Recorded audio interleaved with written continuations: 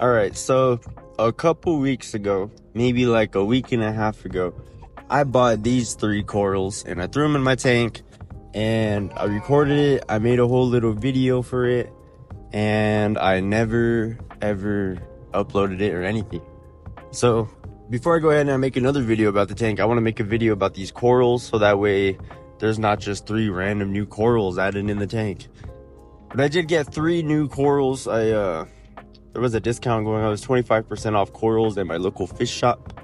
So I went ahead and I got an expensive frag.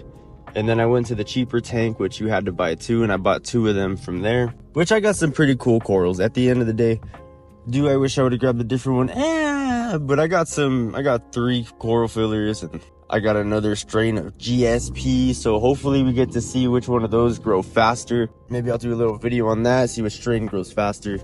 I also got some candy cane corals. I've been wanting some candy cane corals for a long time.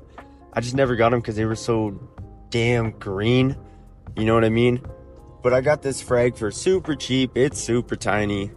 And maybe I might get a little garden going on with the original candy cane variant. You can see the 2-headed candy cane going on right here, along with the second strain of GSP. Now this frag is probably twice as large as my other GSP frag, so it may grow a little faster, but I think that since it's a different variant, I actually doubt that it'll grow just as fast. I think that it will be a little bit slower. As you can see, the tank still kind of looks like trash. There's a lot of hair algae going around, a lot of dinos. So I'm still battling all the battles. My hair algae problem is actually way better than what it looks like in this video right now. I've been putting in a lot of work kind of off camera, trying to just focus on the tank rather than record it all. As far as coral growth, the corals are growing. I mean, they're splitting. The one in the middle, the orange frog spawn, for some reason that one's kind of like staying closed up. I'm not too sure why, not too sure what to do about it. I do want to do a coral dip, but for now, let's dip these original 3 corals that we got for the video. Now my dip method, it isn't perfect, but it's worked for me, and I honestly kind of need to change it because my corals have been getting more and more stressed out as I do it.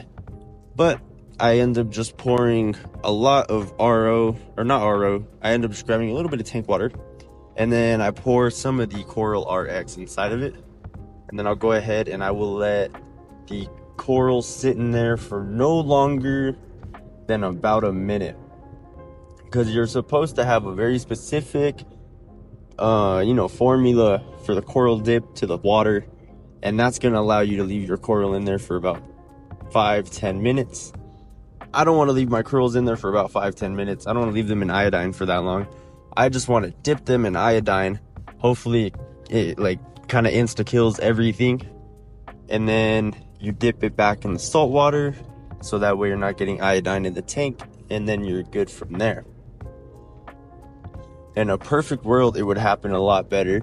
But if I'm being 100% honest, that has worked for every single coral that I've ever added. The only coral that I guess it didn't work, or I guess the coral didn't appreciate it as much as the others, was my Monty. The Monty on the top, the new one, the one that's not doing so well at all. I think it may be a tank issue as well. It may not just be a dip issue. But the dip definitely did not help. So, as far as I know, it's good enough. But if you're going to get like some expensive, crazy corals, you're going to want to do what you got to do. I'm going to go ahead and get all these corals glued. This is the candy cane coral. It's real angry right now because it's super tiny. And it's kind of hard to get off the frag plug. But once I got it off, trying to glue it was also a challenge because it was just so dang small. You can see the 2 GSP variants up here absolutely doing well. And if you're wondering what I panned the camera to at the beginning of this clip, it was a button scully. Now, that is what it was sold to me as, a button scully. Do I wish I would have known that it was not a scully? Absolutely, but look at it. It's freaking gorgeous. It's actually like one of the most beautiful corals on camera. But in person, it is super small. And for how much I paid for it and kind of how nice it was, I think it's way too easy for it to get overlooked in this tank.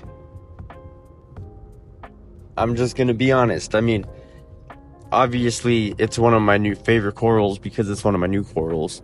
So every time I come home and I look at the tank, I try and look straight for it, and it just doesn't stand out as much as I want it to.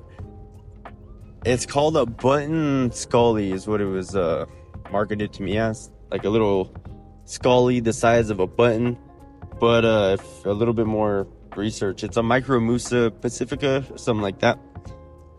Closely related to just Micromusa and acans, except it's not an acan or a very friendly Micromusa at all. So as far as that goes, I mean, it's whatever. You know what I mean? You get what you get, and that's what I get for impulse buying in the first place. Never impulse buy. Every time I impulse buy, that shit goes awful. So this is probably about a week and a half later with, all the new corals and all the algae and all the problems and stuff. And as you can see, about a week and a half later, all the corals are opening up fine. The dip method absolutely stresses them out, and maybe for a day or two they don't do so hot, but at the end of the day, it gets all of the fun stuff that you don't want off of the frag, and the coral gets dipped. I mean, that's always a good thing. But as you can see, the corals are absolutely opening up nicely. I mean, you got the GSP in the wall in the corner. It's definitely opening up nicely. You really get to see its size compared to the other one, and kind of the overall health. My GSP has been through hell and back.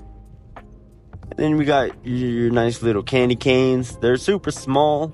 They actually fell off of the little rock, and luckily somehow they didn't get caught in the torch corals. So I'm gonna try and be a little bit more vigilant with those guys. So I put them over here. I don't have no coral glue, so they're not too happy with being shoved into the rock, but it's okay. They'll do all right. Candy canes, I'm pretty sure they're one of the more hardy corals, and they grow pretty fast, so I'm honestly just excited for the growth. I love to see the corals grow. Now talking about the last one, the button scully. This one, a little bit of research says that they take a minute to adjust to a tank. I understand that because it did take this guy a couple days to adjust to the tank. I bought him and he retracted, and I was like, oh no, I spent a lot of money on this guy.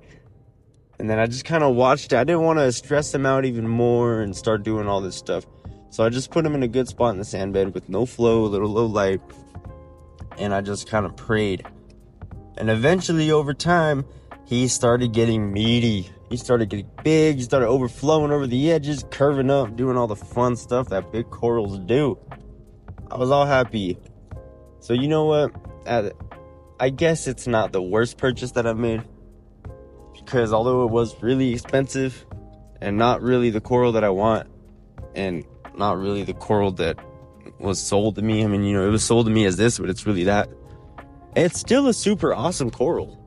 It is a collector's coral. It is considered rare and expensive. It's colors that I don't have in the tank, coral that I don't have in the tank, and I guess I could appreciate that.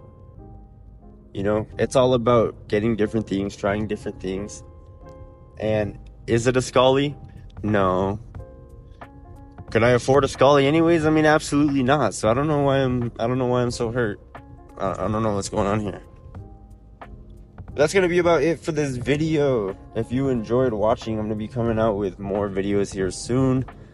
My tank's clearing up. I need to do a coral update. Black Friday's coming up. Maybe I'll get a nice little coral. If you want to see me add anything to the tank, leave a comment. If you have any questions, leave a comment. Concerns, I try to reply to every comment. I enjoy all feedback. I also absolutely fucking turn into a fangirl whenever somebody subscribes to my channel. I check it all the time, and whenever I see it go up by one, it's beautiful. It's great. Makes my day. So if you want to make my day, consider subscribing, and I hope you have a great rest of your day and all of your tank issues subside.